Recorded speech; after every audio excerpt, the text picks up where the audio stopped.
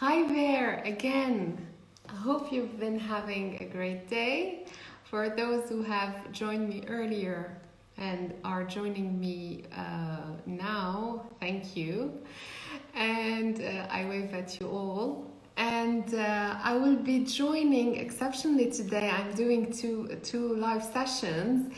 I would be joining today Béatrice from Trend Feeling, and we're going to talk about retail development and the major transformations that have been showing on the retail scene.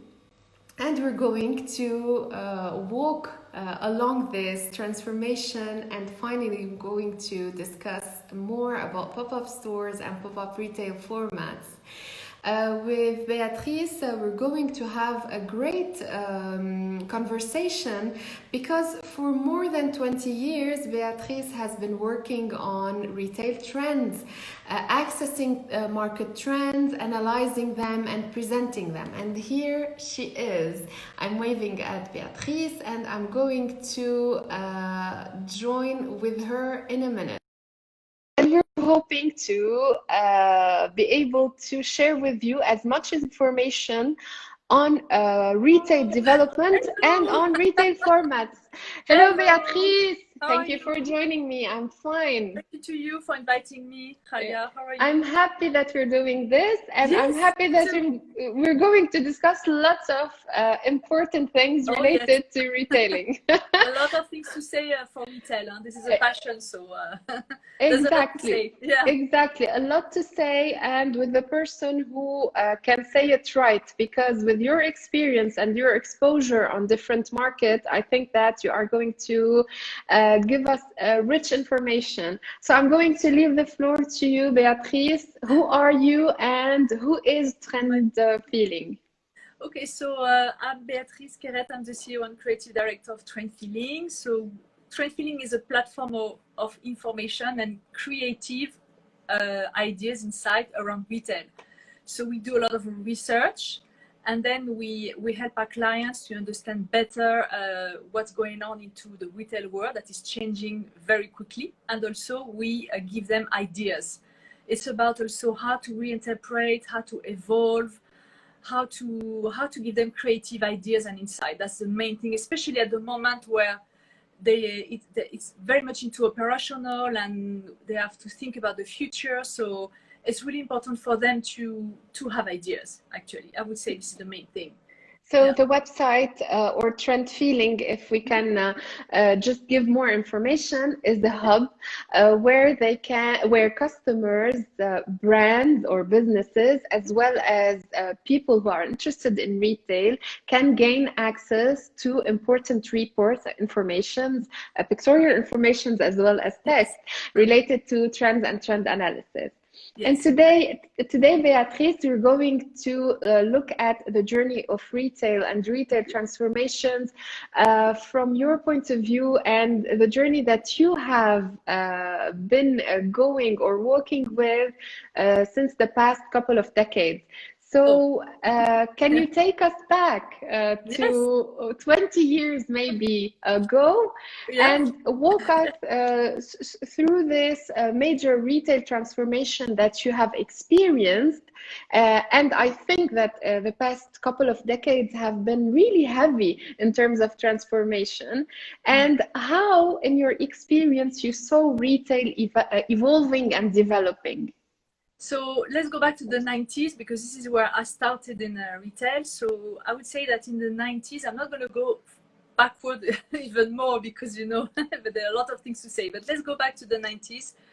There are three major facts in the 90s. So first of all, there is a democratization of luxury, because I've been working in luxury for 25 years and I worked in big groups. So in the 90s, there was really a democratization of luxury. Luxury brands came to the retail streets. They opened big shops, so they were more exposed. As before, it was more for elite, so it was more hidden, and so they really exploded into the 90s.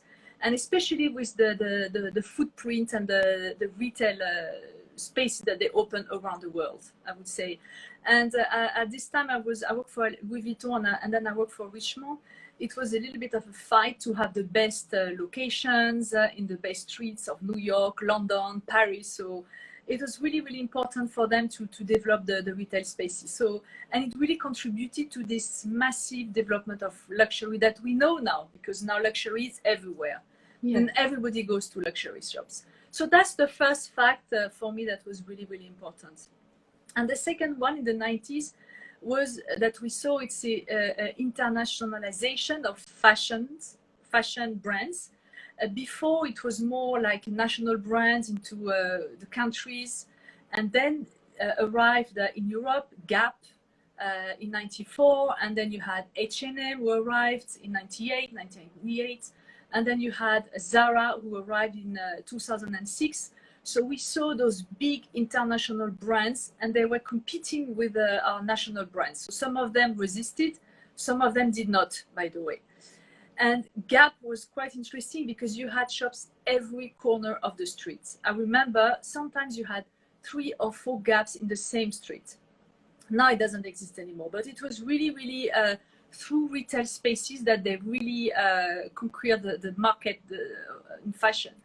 So, and for the first time, we had fashion that was affordable, trendy and affordable. The business model was fantastic.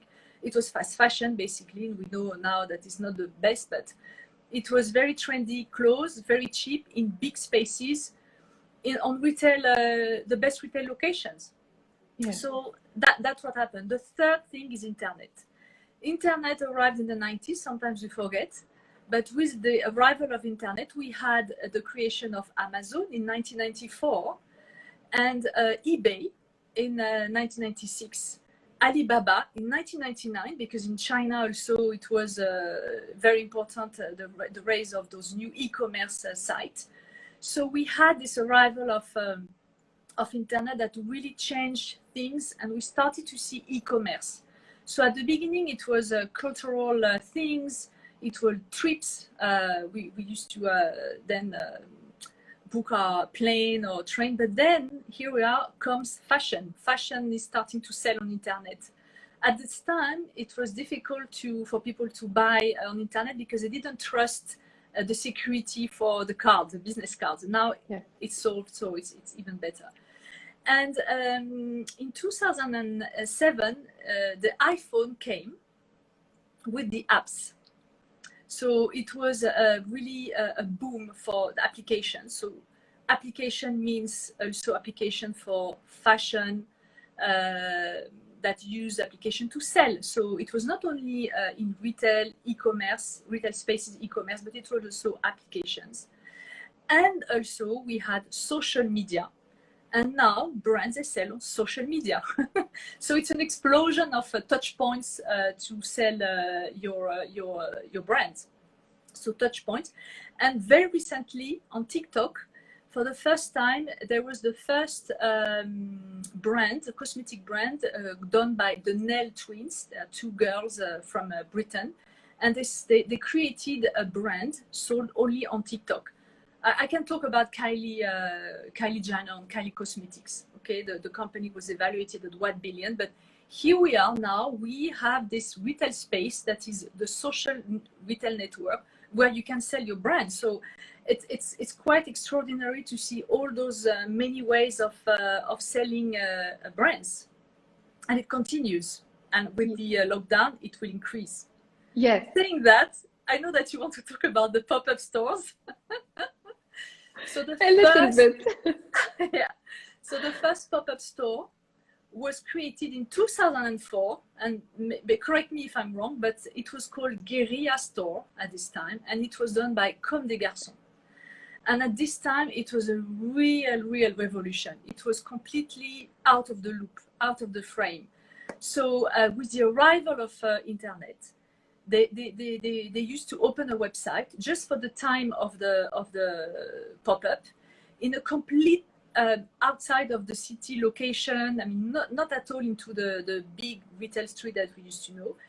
It was a very cheap furniture. They used to take the space as it was. and sell for 2 weeks, and it was word of mouth mainly, and it was a huge success. They opened in Warsaw, they opened in New York, they opened in different cities, not only New York, Paris, but small cities, big cities, trendy cities, and so on. And that was the beginning of pop-ups for me.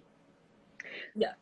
So we have seen with you how retail evolved, not only in terms of services or formats as we have seen before, but the world of retail was shaken because there was this introduction of the internet, several touch points, as we said, and a new way of getting hold of a product that the customer could have. And therefore, we have seen a customer who is in front of an array of retail formats and who have many choices. And thus we happen to discuss these pop-up stores who are not conforming to any retail outlet, but however creating a rather experiential type of connection between the customer and the brand. So today I'm going to discuss with you in detail those pop-up stores, because your experience also could tell us a lot about this happening, how it is being thought of, conceived, and designed. So today, Beatrice, the pop-up stores have come to settle among retail channels. What is, in your opinion, of course, the impact of the appearance of these pop-up stores on traditional outlets or versus these traditional outlets? So the pop-up store now is part of the strategy of brands, as we see. Every brand is doing pop-up stores. So why? For different reasons, is because it allows you to test the market at a very low price. Affordable, let's say, because now it's not anymore a very low price. So it helps you to test the market and the customers. Also, it helps you to create a buzz and event. So you have experiential pop-up. So at the beginning, it was much more about selling product. Now it's much more about experiential pop-up mainly. And also because brands are now very international, it allows them to manage the risk or to reduce the cost in very expensive countries. For example, Asia is very expensive, like Hong Kong is a very expensive city. So I see brands that I've been working with, they have 50% of the retail network in a brick and mortar store and 50% done through pop-up stores. So, and it makes the same amount of money.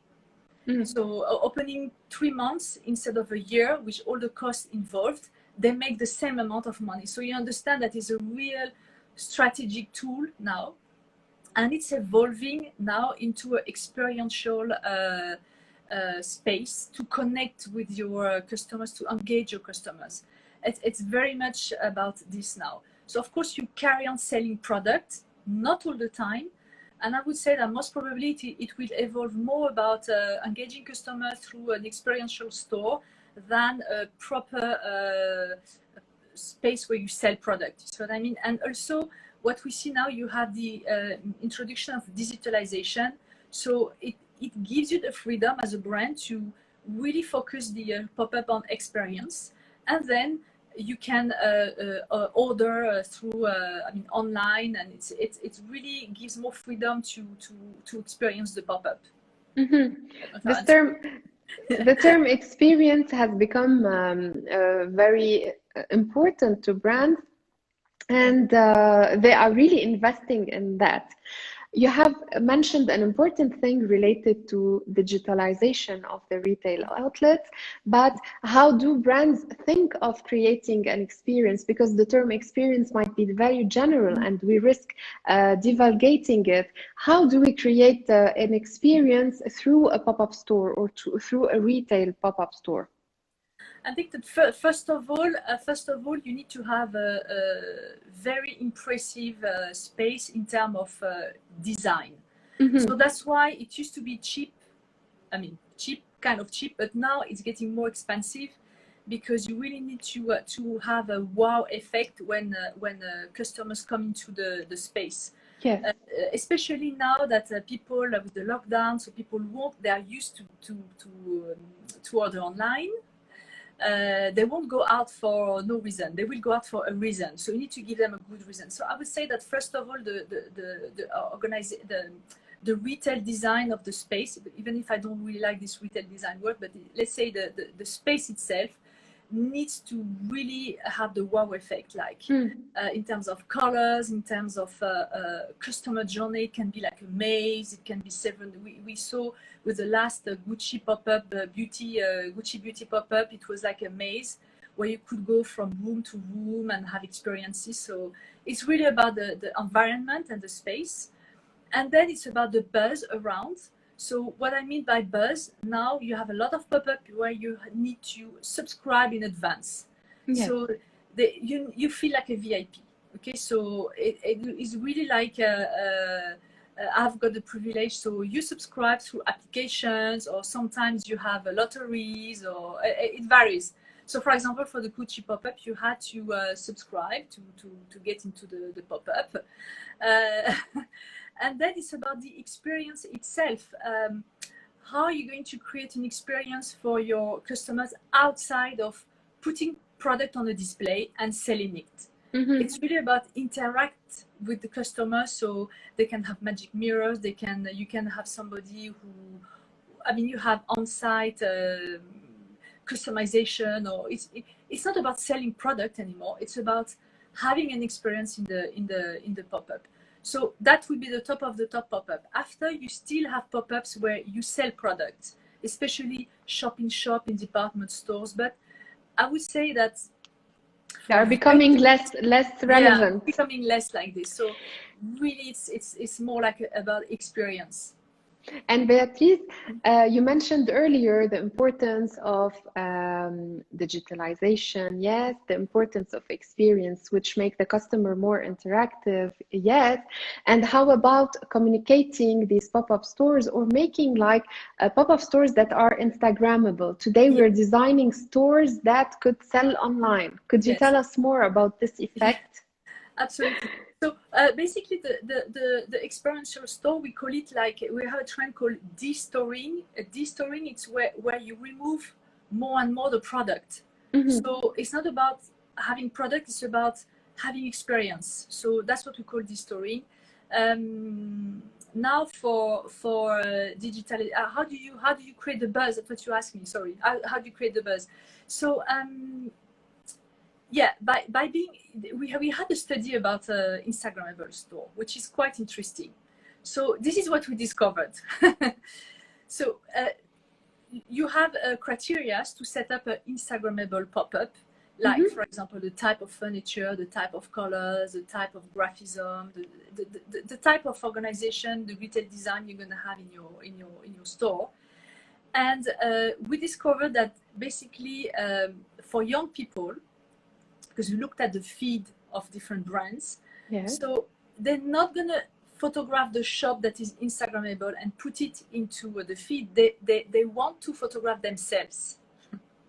So two things. First of all, you need to have selfie corners.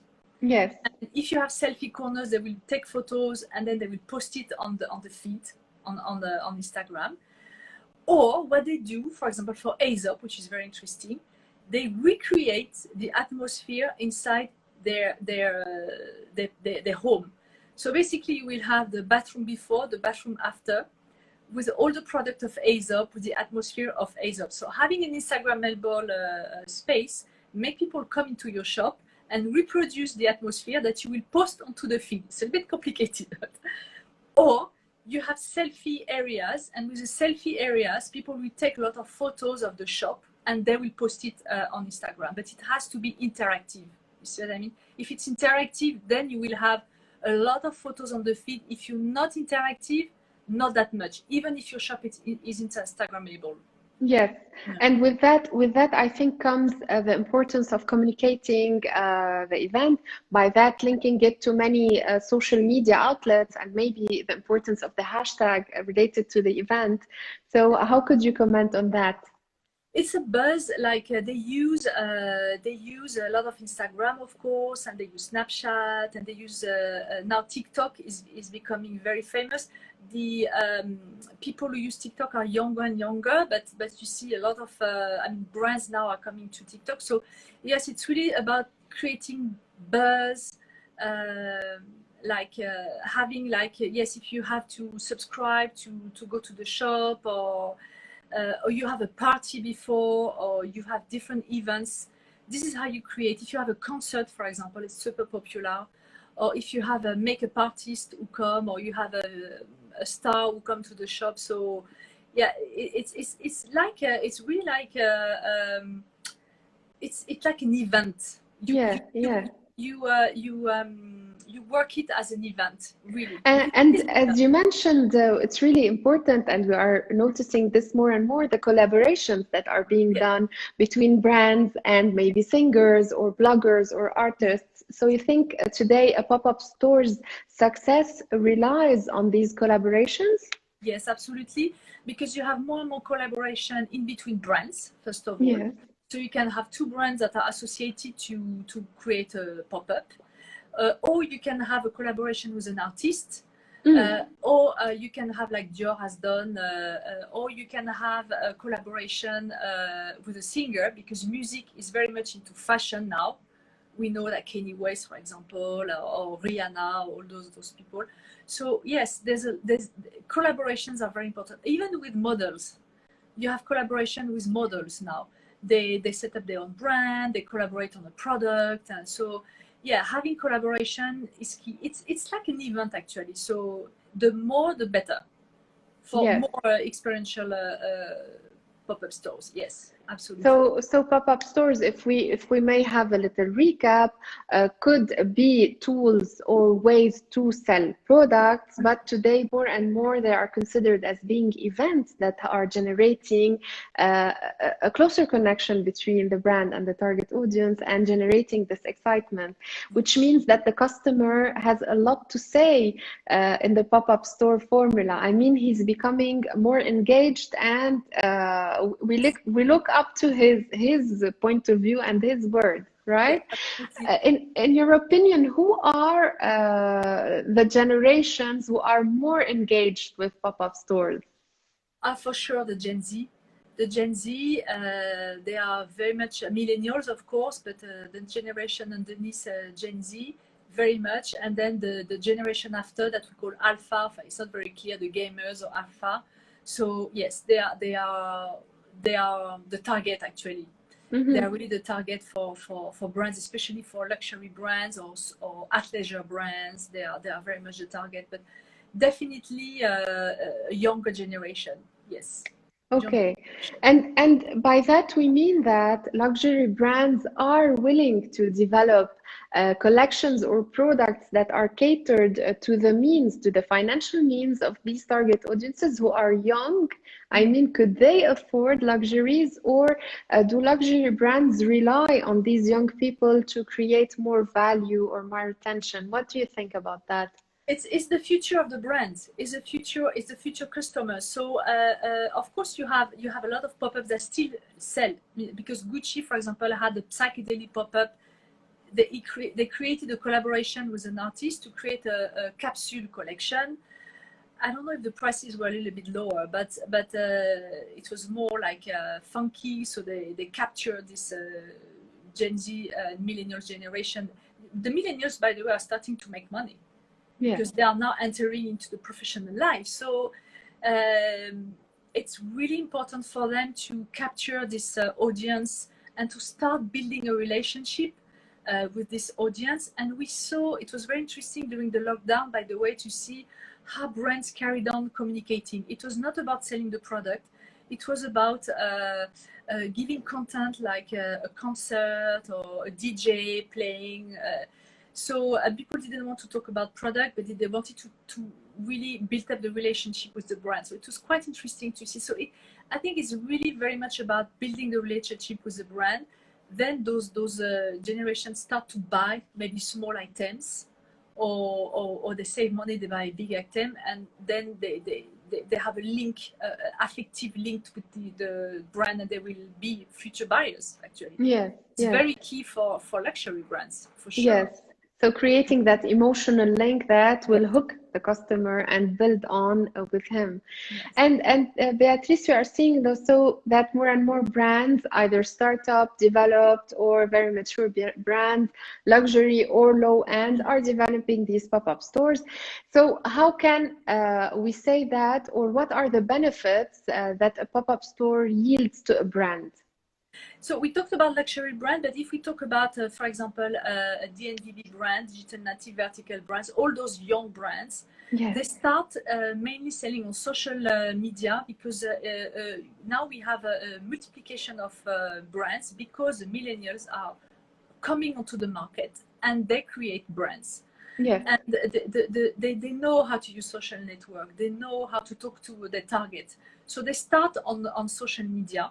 And then after, they have to connect physically with the customers. And the best way is to set up a pop-up store, because it's not that expensive. I mean, could be not that expensive. And this is the best way to really have a physical contact with the customers, which is at some point they have to.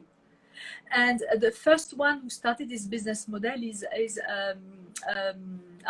the brand is for glasses.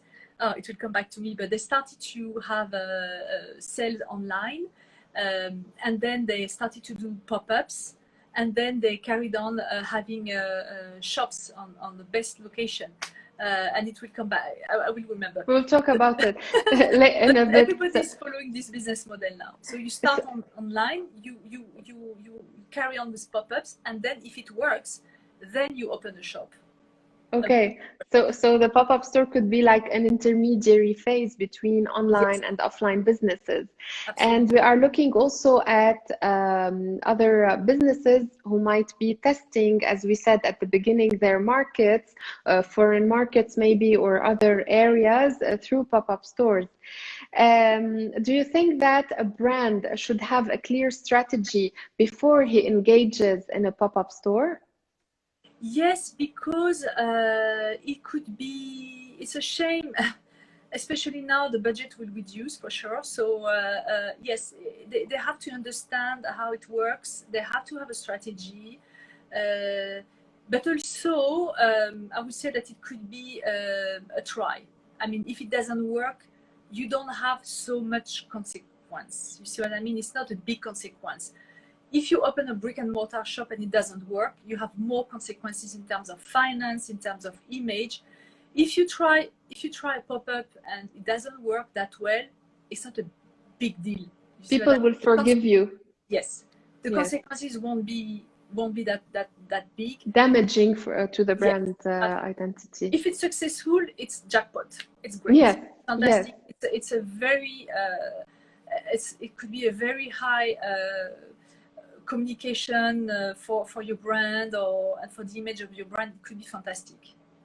And Beatrice, we noticed that some brands do several pop-up stores.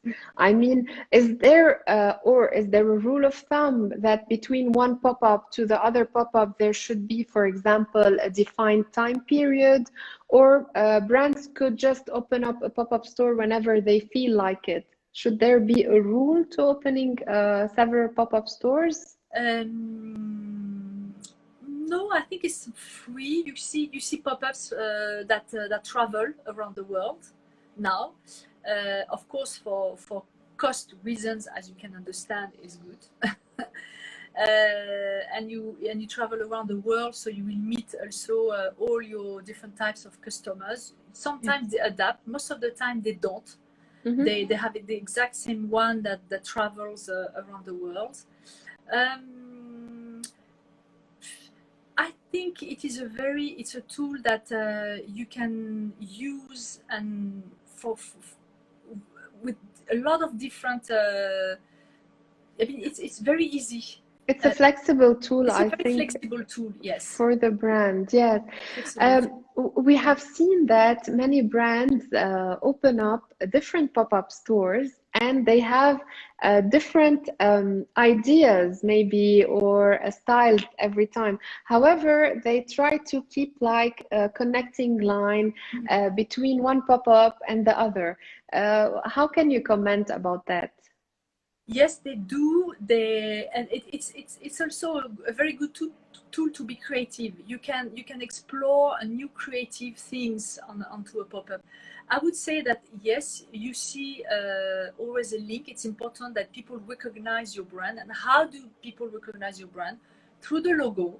And very often you see the place of the logo into pop-ups is quite big, or you can see the logo. If you see the Chanel pop-ups or even the athleisure pop-ups, the logo is prominent into the pop-up. And also you keep the link with the colors, the atmosphere.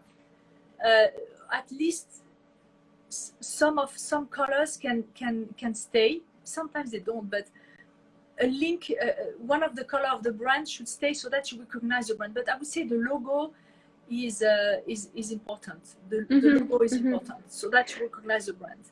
So we're talking about having at least one of the physical elements that relate to the brand identity present, because this leads to my next question. I mean, we have spoken about the importance of the connection that the customer can have whenever he visits the pop-up store. So how about atmosphere? To what extent it's important to have an outstanding atmosphere when we visit a pop-up store?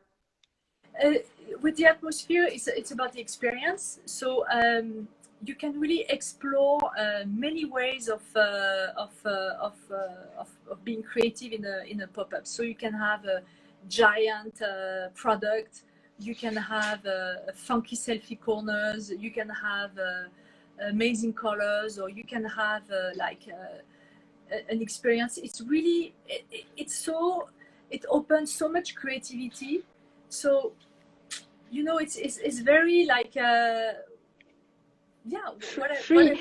I mean, Beatrice, I think that with pop-up stores we are less conformed. With traditional stores we had to have like a guideline, we had to stick to the guideline, entrance zone, central zone.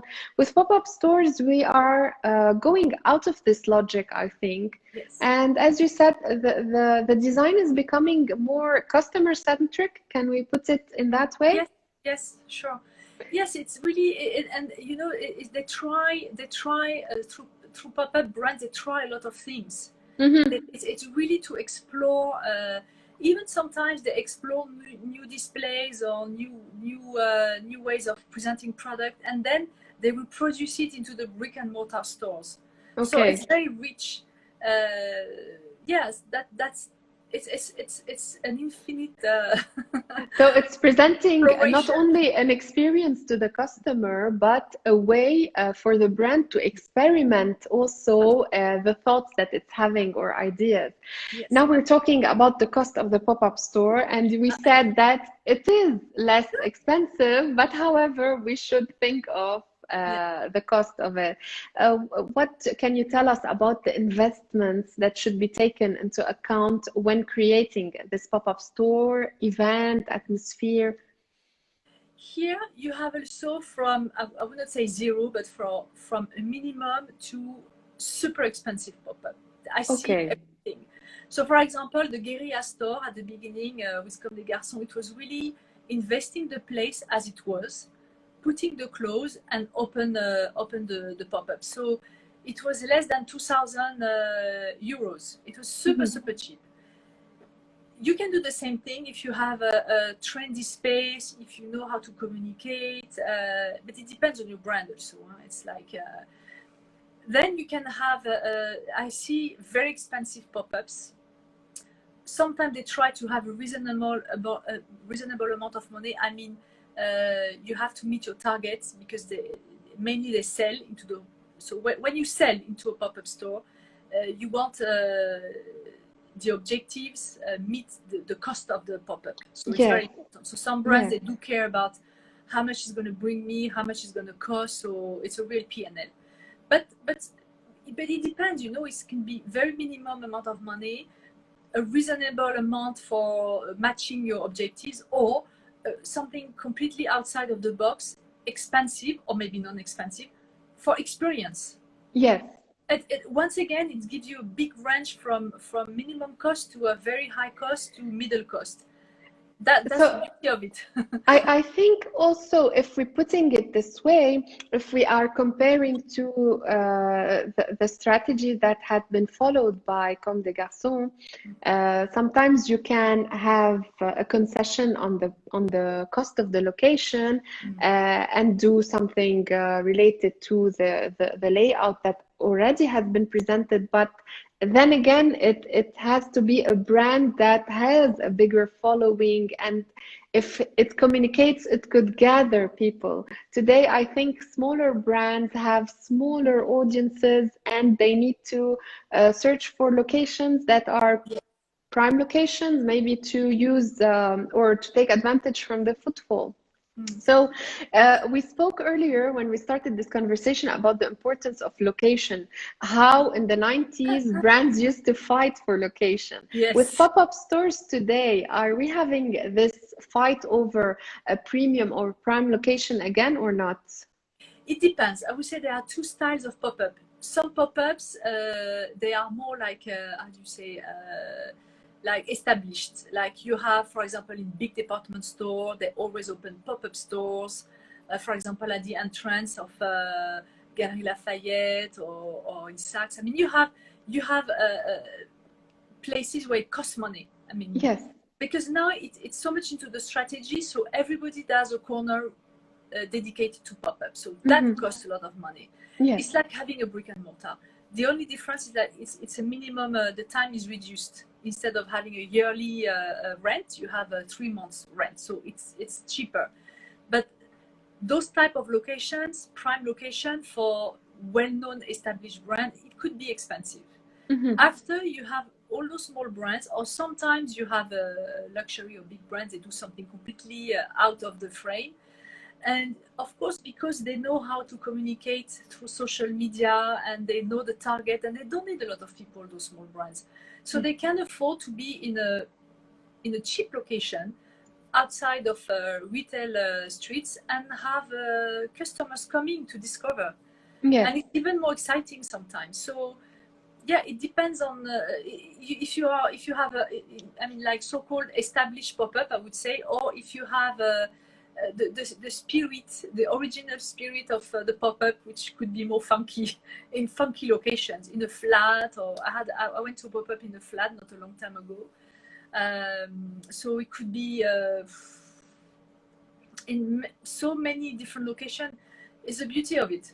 Yes, so we're just highlighting that pop-up stores do not conform to the traditional boutique or storefront. It could be in remote locations, as the example of Comme des Garçons, a kiosk, a store-in-store, or a concession. Yes. And sometimes we could talk about flats or showrooms, or maybe even mobile or kiosk formats, etc. Absolutely, absolutely. It could be in a private. I saw the last one I saw was in a private flat. Yes. So, and these are types of invitation only pop-up stores. Yes. Yes.